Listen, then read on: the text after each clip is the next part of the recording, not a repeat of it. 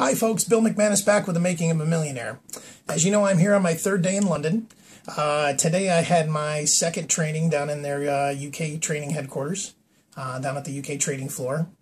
Had a great day. I met some new people, some great people that I hadn't spoke to yesterday. It's a fairly large class that I'm in, probably 25 to 30 people, and that many you get to, talk to so many each per day. And I talked to a couple of people today, and I'll tell you one thing I'm finding, there's a common denominator that I'm seeing. And a lot of the people who are there are just like me.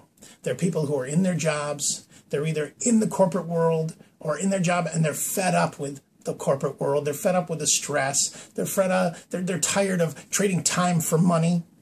And, they're worried about their families. And there's so many people. I talk to people there who have been laid off.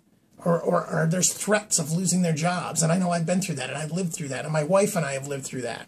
So that's another driving factor. And, I think it's awesome that these people are there, and they're ready to take control of their lives. And instead of sitting back and complaining, they're actually trying to make a change. They're taking control, and they're going to, you know what, I'm not going to put up with it. I'm going to do something, and I'm going to change my life and take control. And that's actually that's what I'm doing. And that's how come I can relate to this. So we spent the early part of the day going through 4 different trading strategies they have. 2 of them were end-of-day strategies. You place your trades at the end of the day and pretty much walk away, and you check on them the next day and day-to-day. And the others were intraday strategies. One was on working on an hourly chart, and one was more of a scalping technique, working on a 5-minute chart. And basically, they're built for different markets. Some are better for trending markets, and others are better for ranging markets. And a lot has to do with determining which type trading style resonates best with you. Some people just like the make a trade, walk away, forget it, don't sit there and spend any screen time and watch it. Other people like that idea of, the scalping and watching the trade. I'm going to get in and I'm going to watch it, and I'm going to get out in, 20 or 30 minutes and watching that action, So it's to determine which, they give us four basic strategies to see which ones resonate best with us and which work good with us. Then they spent time on risk management. And I think that's very, very important. And I know this I dabbled in Forex trading prior to this. And I won money and I lost money. But in the end, I lost money. And a lot of it was because of my risk management. Either I was over trading, or I wasn't letting my profits run. I was cutting them short, but I wasn't cutting my losses short. I'd get a trade and I'd be just about ready to stop out, and I'd move that stop loss down. Oh, I know it's going to turn around. And I'd move it down a little more, and it's going to turn around. Eventually it eats up all your profits, and eventually your account is gone. And I've went through that. So that's very, very important. So we went through a lot of techniques with regards to risk management, and that's very, very important. I think that's probably even more key than the strategies themselves, is using the correct risk-reward ratios, and also tying that with the other big piece, probably the biggest piece of all this, which is trading psychology. And I guess people don't really look at how important trading psychology is, because 2 of the biggest things that can draw, in my opinion, and from what I've heard, that can destroy an account and make people end up quitting the Forex, is they're driven by fear to take action, fear to get in when they should be getting in, or greed, which gets them out early, or greed that prevents them from getting out when they should because they're afraid of losing profits. So trading psychology is so, so important. You really, in this, you have to treat it like a business. You have to keep your emotions at bay, and it's very, very hard, and that's probably the biggest struggle that I'm going to face, is keeping my emotions at bay and following a trading plan. You have to have a specific plan and treat this like a business, and you've got to get in when you're supposed to get in and get out when you're supposed to get out. You can't get afraid and say, oh no, I gotta end this trade now, or I better get out, I want to grab these profits now. No, it's proven. It's statistical. If you follow these plans, it's going to work. I met some very successful people today who have been following these strategies, and they're very, very successful. I met one guy who pretty much sat in the same classroom that I'm sitting in right now 4 years ago. He started out with $1,000 in his account, and here he is 4 years later, and he's trading nearly in $1 million account. Now, that's great. I mean, he's trading for himself. He's trading for his family. I met another guy who started out his first account. He funded for $500. He lost all that money.